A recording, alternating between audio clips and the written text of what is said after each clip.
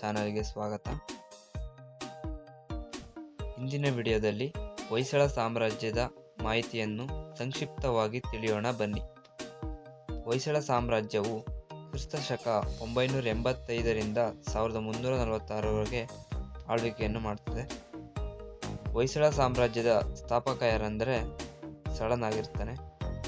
ಹೊಯ್ಸಳ ಸಾಮ್ರಾಜ್ಯದ ರಾಜಧಾನಿ ದ್ವಾರಸಮುದ್ರ ಮತ್ತು ಹೊಯ್ಸಳ ಸಾಮ್ರಾಜ್ಯದ ಪ್ರಸಿದ್ಧ ಅರಸ ವಿಷ್ಣುವರ್ಧನ. ಸಾಮ್ರಾಜ್ಯದ ಸ್ಥಾಪನೆ founding of the Hoysala dynasty. ಸ್ಥಾಪಕರ್ಯಾರೆಂದರೆ ಸಳ, ಹೊಯ್ಸಳ ಸಾಮ್ರಾಜ್ಯದ ಮೂಲ ಪುರುಷ. ನೆಲೆಸಿದ್ದ ಗ್ರಾಮ ಹೊಸಯೂರು, ಈಗಿನ ಅಂಗಡಿ. ಸಳನ ಬಿರುದು ಏನೆಂದರೆ ಮಲೆಪೆರಳುಳ ಗಂಡ. ಸ್ಥಾಪನೆಗೆ ಪ್ರೇರೇಪಿಸಿದ ಜೈನ ಮುನಿ ಯಾರೆಂದರೆ ಸುದತ್ತಾಚಾರ್ಯ. ಹೊಯ್ಸಳ ಸಾಮ್ರಾಜ್ಯದ ರಾಜ್ಯ ಲಾಂಛನ ಯಾವುದೆಂದರೆ ಹುಲಿಯನ್ನು ಕೊಲ್ಲುತ್ತಿರುವ ಸಳನ ಚಿತ್ರ. ಹೊಯ್ಸಳ ಸಾಮ್ರಾಜ್ಯದ ಆಳ್ವಿಕೆಯ ಅವಧಿ ಕ್ರಿಸ್ತಶಕ 985ರಿಂದ 1346ರವರೆಗೆ. ರಾಜಧಾನಿಗಳ ಪಯಣ ನೋಡೋಣ. Evolution of the Hoysalas capitals. Hoysala ಸಾಮ್ರಾಜ್ಯದ ಮೊದಲ ರಾಜಧಾನಿ ಸೊಸೆಯೂರು, ಎರಡನೇ ರಾಜಧಾನಿ ಬೇಲೂರು, ಮೂರನೇ ರಾಜಧಾನಿ ದ್ವಾರಸಮುದ್ರ. ಈಗಿನ ಹಳೆಬೀಡನ್ನು ದ್ವಾರಸಮುದ್ರ ಎಂದು ಮೊದಲು ಕರೆಯುತ್ತಿದ್ದರು. ಕೊನೆ ಹಂತದ ರಾಜಧಾನಿ ಕಣ್ಣನೂರು. ಸೊಸೆಯೂರಿನಿಂದ ದ್ವಾರಸಮುದ್ರಕ್ಕೆ ವರ್ಗಾಯಿಸಿದವರು ವಿನಯಾದಿತ್ಯ. ಬೇಲೂರಿನಿಂದ ದ್ವಾರಸಮುದ್ರಕ್ಕೆ ವರ್ಗಾಯಿಸಿದವರು ವಿಷ್ಣುವರ್ಧನ. ದ್ವಾರಸಮುದ್ರದಿಂದ ಕಣ್ಣನೂರಿಗೆ ವರ್ಗಾಯಿಸಿದವರು ಸೋಮೇಶ್ವರ. ದ್ವಾರಸಮುದ್ರದ ಈಗಿನ ಹೆಸರು ಹಳೆಬೀಡು ಹೊಯ್ಸಳರ ಅತ್ಯಂತ ಪ್ರಸಿದ್ಧ ರಾಜಧಾನಿಯಾಗಿತ್ತು. ನಾವು ಈಗ ವಿಷ್ಣುವರ್ಧನನ ಬಗ್ಗೆ ತಿಳಿಯೋಣ. ವಿಷ್ಣುವರ್ಧನನ ಮೂಲ ಹೆಸರು ಬಿಟ್ಟಿದೇವ. ಇವನ ಆಳ್ವಿಕೆಯ ಅವಧಿ ಕ್ರಿಸ್ತಶಕ 1108ರಿಂದ 1152. ಇವನು ಸೋಲಿಸಿದ ಚಾಳುಕ್ಯ ದೊರೆ ಅಂದರೆ 6ನೇ ವಿಕ್ರಮಾದಿತ್ಯ. ಕನ್ನೆಗಾಲ ಯುದ್ಧ ಎಂಬುದರಲ್ಲಿ ಇವನನ್ನು ಸೋಲಿಸ್ತಾನೆ. ಚೋಳರಿಂದ ಗೆದ್ದ ಪ್ರದೇಶ ಗಂಗವಾಡಿ. ಪ್ರಭಾವ ಬೀರಿದ ಧಾರ್ಮಿಕ ನಾಯಕ ರಾಮಾನುಜಾಚಾರ್ಯರು. ವಿಷ್ಣುವರ್ಧನನ ಸಾಧನೆಗಳು. ತಲಕಾಡು ವಿಜಯ. ತಲಕಾಡು ವಿಜಯದ ನೆನಪಿಗಾಗಿ ಬೇಲೂರಿನಲ್ಲಿ ಚನ್ನಕೇಶವ ದೇವಾಲಯವನ್ನು ನಿರ್ಮಿಸಿದರು. ಎರಡನೆಯದು ಕೀರ್ತಿನಾರಾಯಣ ದೇವಾಲಯ, ತಲಕಾಡಿನಲ್ಲಿ ವಿಷ್ಣುವರ್ಧನರಿಂದ ನಿರ್ಮಾಣ. ಮೂರನೆಯದು ಚೆಲುವನಾರಾಯಣ ದೇವಾಲಯ, ಮೇಲುಕೋಟೆಯಲ್ಲಿ ವಿಷ್ಣುವರ್ಧನರಿಂದ ನಿರ್ಮಾಣ. ನಾಲ್ಕನೆಯದು ಮಧುರೈ ಪಾಂಡ್ಯರ ಸೋಲು. ಪಾಂಡ್ಯರನ್ನು ಸೋಲಿಸಿದ ನಂತರ ಮಧುರೈ ಕೊಂಡ ಬಿರುದು ಪಡೆದರು. ವಿಷ್ಣುವರ್ಧನನ ಬಿರುದುಗಳು. ರಾಯಲ್ ಟೈಟಲ್ಸ್ ಆಫ್ ವಿಷ್ಣುವರ್ಧನ: ಕಂಚಿಗೊಂಡ, ತಲಕಾಡುಗೊಂಡ, ಮಧುರೈ ಕೊಂಡ, ಮಹಾಮಂಡಲೇಶ್ವರ, ಚಾಲುಕ್ಯಮಣಿ, ಮಾಂಡಲಿಕ ಚೂಡಾಮಣಿ. ಇವುಗಳು ವಿಷ್ಣುವರ್ಧನನ ಬಿರುದುಗಳು. ನಾಣ್ಯಗಳ ಮೇಲಿನ ವಿಶೇಷಣ. ವಿಷ್ಣುವರ್ಧನನ ತನ್ನ ನಾಣ್ಯಗಳ ಮೇಲೆ ನೋಳಂಬವಾಡಿಗೊಂಡ ಮತ್ತು ತಲಕಾಡುಗೊಂಡ ಎಂಬ ವಿಶೇಷಣಗಳನ್ನು ಬಳಸಿದ್ದಾರೆ. ಧರ್ಮ ಪರಿವರ್ತನೆ ಮತ್ತು ಆಶ್ರಯ. Faith and culture under Vishnuvardhana. ಧಾರ್ಮಿಕ ಪರಿವರ್ತನೆ. ಆರಂಭದ ಧರ್ಮ ಜೈನ ಧರ್ಮ.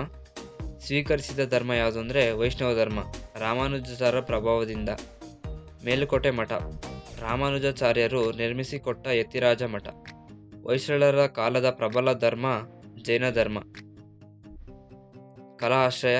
ಆಶ್ರಯದ ಶಿಲ್ಪಿಗಳು ದಾಸೋಜ ಚಾವಣ, ಚಿಕ್ಕ ಹಂಸ, ನಾಗೋಜಿ ಚಕ್ಕನ.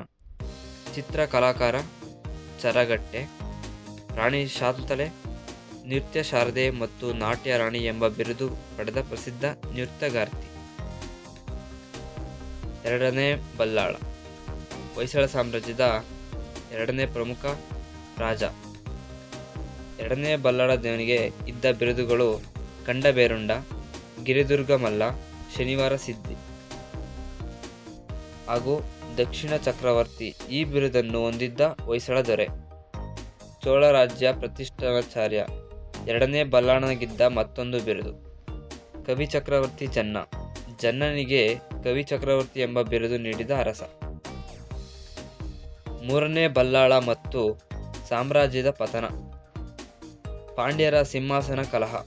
ಪಾಂಡ್ಯ ದೊರೆಗಳ ಸಿಂಹಾಸನ ಕಲಹದ ವೇಳೆ ಸುಂದರ ಪಾಂಡ್ಯನ ಪರವಹಿಸಿದರು. ಮಲ್ಲಿಕಾಫರನ ದಾಳಿ.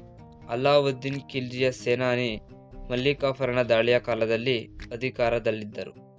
ಮರಣ. ಮದುರೈ ಸುಲ್ತಾನರ ಗಿಯಾಸುದ್ದೀನಿಂದ ಕೊಲ್ಲಲ್ಪಟ್ಟರು. ಸಾಮ್ರಾಜ್ಯದ ಅಂತ್ಯ. ಹೊಯ್ಸಳ ರಾಜ್ಯದ ಕೊನೆಯ ದೊರೆ ವಿರೂಪಾಕ್ಷ. ಆಡಳಿತ ಮತ್ತು ಶಿಕ್ಷಣ. Administration and loyalty corps and education. ಗರುಡರು ಹೊಯ್ಸಳರ ವಿಶೇಷ ಅಂಗರಕ್ಷಕ ದಳ. ರಾಜ ಮರಣ ಹೊಂದಿದಾಗ ಗರುಡರೆಂಬ ಈ ವಿಶೇಷ ಅಂಗರಕ್ಷಕ ದಳವು ರಾಜನಿಗೆ ನಿಷ್ಠೆಯಿಂದ ತಮ್ಮ ಪ್ರಾಣವನ್ನು ಅರ್ಪಿಸುತ್ತಿತ್ತು. ಇದು ಹೊಯ್ಸಳರ ಅಪೂರ್ವ ಸಂಪ್ರದಾಯವಾಗಿತ್ತು. ಘಟಿಕ ವಲಯಗಳು. ಘಟಿಕ ವಲಯಗಳು ಎಂದರೆ ಹೊಯ್ಸಳರ ಕಾಲದ ಶೈಕ್ಷಣಿಕ ಕಲಿಕಾ ಶಾಲೆಗಳನ್ನು ಘಟಿಕ ವಲಯಗಳು ಎಂದು ಕರೆಯಲಾಗುತ್ತಿತ್ತು. ಇವು ಆ ಕಾಲದ ಜ್ಞಾನ ಕೇಂದ್ರಗಳಾಗಿದ್ದವು. ಜಲಸಂಪನ್ನ ಮತ್ತು ಪ್ರಮುಖ ಕೆರೆಗಳು. Major tanks build by the Hoysalas. Shantisagara ಕರ್ನಾಟಕದ ದೊಡ್ಡ ಕೆರೆ ಎಂದು ಕರೆಯಲ್ಪಡುತ್ತದೆ. ಬಲ್ಲಾಳ ರಾಯ ಸಮುದ್ರ ಹೊಯ್ಸಳರ ಕಾಲದ ಪ್ರಮುಖ ಜಲಾಶಯ. ವಿಷ್ಣು ಸಮುದ್ರ ವಿಷ್ಣುವರ್ಧನನ ಹೆಸರಿನಲ್ಲಿ ನಿರ್ಮಿಸಲಾದ ಕೆರೆ. ಹೊಯ್ಸಳ ವಾಸ್ತುಶಿಲ್ಪ. Hoysala architectural style. ದೇವಾಲಯ ನಿರ್ಮಾಣಕ್ಕೆ ಬಳಸಿದ ಕಲ್ಲು. ಮೃದ ಕಲ್ಲು, ಸಾಫ್ಟ್ ಸ್ಟೋನ್, ಸೂಕ್ಷ್ಮ ಕೆತ್ತನೆಗೆ ಸೂಕ್ತವಾಗಿದ್ದು. ಗರ್ಭಗೃಹದ ಆಕಾರ. ನಕ್ಷತ್ರಾಕಾರ ಹೊಯ್ಸಳ ದೇವಾಲಯಗಳ ವಿಶಿಷ್ಟ ಲಕ್ಷಣ. ಮೂರನೇದು ಪ್ರಮುಖ ನಿರ್ಮಾಣ ಕೇಂದ್ರಗಳು. ಬೇಲೂರು ಮತ್ತು ಹಳೆಬೀಡುಗಳಲ್ಲಿ ಅತ್ಯುತ್ತಮ ದೇವಾಲಯಗಳ ನಿರ್ಮಾಣ. ಪ್ರಮುಖ ದೇವಾಲಯಗಳು. Major Hoysala temples by number of shrines. ದೇವಾಲಯ. ಚನ್ನಕೇಶವ ದೇವಾಲಯ. ಸ್ಥಳ ಎಲ್ಲಿ ಅಂದರೆ ಬೇಲೂರಲ್ಲಿ. ಪ್ರಕಾರ ಏಕಕೂಟ. ಹೊಯ್ಸಳೇಶ್ವರ ದೇವಾಲಯ. ಸ್ಥಳ ಹಳೆಬೀಡು. ದ್ವಿಕೂಟ. ಕೇಶವ ದೇವಾಲಯ ಸೋಮನಾಥಪುರ. ತ್ರಿಕೂಟ.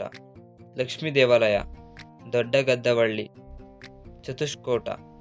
ಪಂಚಲಿಂಗೇಶ್ವರ ದೇವಾಲಯ ಗೋವಿಂದನಹಳ್ಳಿ. ಪಂಚಕೂಟ. ಕೂಟ ಎಂದರೆ ದೇವಾಲಯದ ಗರ್ಭಗುಡಿಗಳ ಶಿಖರಗಳ ಸಂಖ್ಯೆ 1ರಿಂದ 5ವರೆಗೆ ಹೆಚ್ಚಾಗುತ್ತದೆ. ಹೊಯ್ಸಳರ ಕಾಲದ ಕನ್ನಡ ಸಾಹಿತ್ಯ. Kannada literature of the Hoysala period. ಕವಿ ನಾಗಚಂದ್ರ. ಇವರನ್ನು ಅಭಿನವ ಪಂಪ ಎಂದೂ ಕರೆಯುತ್ತಾರೆ. ಇವರ ಪ್ರಮುಖ ಕೃತಿಗಳು ಮಲ್ಲಿನಾಥ ಪುರಾಣ, ರಾಮಚಂದ್ರ ಚರಿತ ಪುರಾಣ. ರಾಜಾದಿತ್ಯ. ಕ್ಷೇತ್ರ ಗಣಿತ, ವ್ಯವಹಾರ ಗಣಿತ, ಲೀಲಾವತಿ. ನಯಸೇನರ ಪ್ರಮುಖ ಕೃತಿ ಧರ್ಮಾಮೃತ. ರಾಘವಂಕರ ಕೃತಿ ಹರಿಶ್ಚಂದ್ರ ಕಾವ್ಯ, ಸಿದ್ಧರಾಮ ಪುರಾಣ. ಹರಿಹರರ ಕೃತಿಗಳು ಗಿರಿಜಾ ಕಲ್ಯಾಣ ಮತ್ತು ಪಂಪಶತಕ. ಜನ್ನ. ಯಶೋಧರ ಚರಿತೆ, ಅನಂತನಾಥ ಪುರಾಣ. ಕೇಶಿರಾಜ ಶಬ್ದಮಣಿ ದರ್ಪಣ. ಇದು ಮೊದಲ ಕನ್ನಡ ವ್ಯಾಕರಣ ಗ್ರಂಥವಾಗಿದೆ. ಸಂಸ್ಕೃತ ಸಾಹಿತ್ಯ. Sanskrit works of Hoysala period. ಕೃತಿಕಾರರು ತ್ರಿವಿಕ್ರಮ ಪಂಡಿತ. ಇವರ ಕೃತಿ ಉಷಾ ಅಪಹರಣ. ನಾರಾಯಣ ಪಂಡಿತ. ಇವರ ಕೃತಿ ಮಹಾದೇವ ವಿಜಯ. ಮೂರನೇ ಸಕಲ ವಿದ್ಯಾ ಚಕ್ರವರ್ತಿ. ಇವರ ಕೃತಿ ರುಕ್ಮಿಣಿ ಕಲ್ಯಾಣ. ಕನ್ನಡದ ಮೊದಲ ವ್ಯಾಕರಣ ಗ್ರಂಥ. ಶಬ್ದಮಣಿ ದರ್ಪಣ ಕೇಶಿರಾಜ ಇವರಿಂದ ರಚಿತ. ಹೊಯ್ಸಳರ ಕಾಲದ ಸಾಹಿತ್ಯಕ ಕೊಡುಗೆಗಳಲ್ಲಿ ಪ್ರಮುಖವಾದದ್ದು. ಹೊಯ್ಸಳ ಸಾಮ್ರಾಜ್ಯದ ಸಾರಾಂಶ ನೋಡೋಣ. ಆಳ್ವಿಕೆಯ ಅವಧಿ ಕ್ರಿಸ್ತಶಕ 985ರಿಂದ 1346. ಸ್ಥಾಪಕರು ಮತ್ತು ರಾಜಧಾನಿ ಸ್ಥಳ ರಾಜಧಾನಿ ದ್ವಾರಸಮುದ್ರ. ಶ್ರೇಷ್ಠ ಅರಸ ಯಾರೆಂದರೆ ವಿಷ್ಣುವರ್ಧನ. ದೇವಾಲಯ ನಿರ್ಮಾಣ ಮತ್ತು ಸಾಮ್ರಾಜ್ಯ ವಿಸ್ತರಣೆಗೆ ಹೆಸರುವಾಸಿ. ವಾಸ್ತುಶಿಲ್ಪ ಕೊಠಡಿ ಬೇಲೂರು, ಹಳೆಬೀಡು, ಸೋಮನಾಥಪುರದ ನಕ್ಷತ್ರಾಕಾರದ ದೇವಾಲಯಗಳು. ಸಾಹಿತ್ಯ ಕೊಡುಗೆ ನಾಗಚಂದ್ರ, ಜನ್ನ, ರಾಘವಂಕ, ಹರಿಹರ, ಕೇಶಿರಾಜ ಮುಂತಾದ ಕವಿಗಳ ಕೃತಿಗಳು. ಸಾಮ್ರಾಜ್ಯದ ಅಂತ್ಯ. ದೆಹಲಿ ಸುಲ್ತಾನರ ದಾಳಿಗಳಿಂದ 3ನೇ ಬಲ್ಲಾಳನ ಮರಣ ನಂತರ ಪತನ. ಧನ್ಯವಾದಗಳು.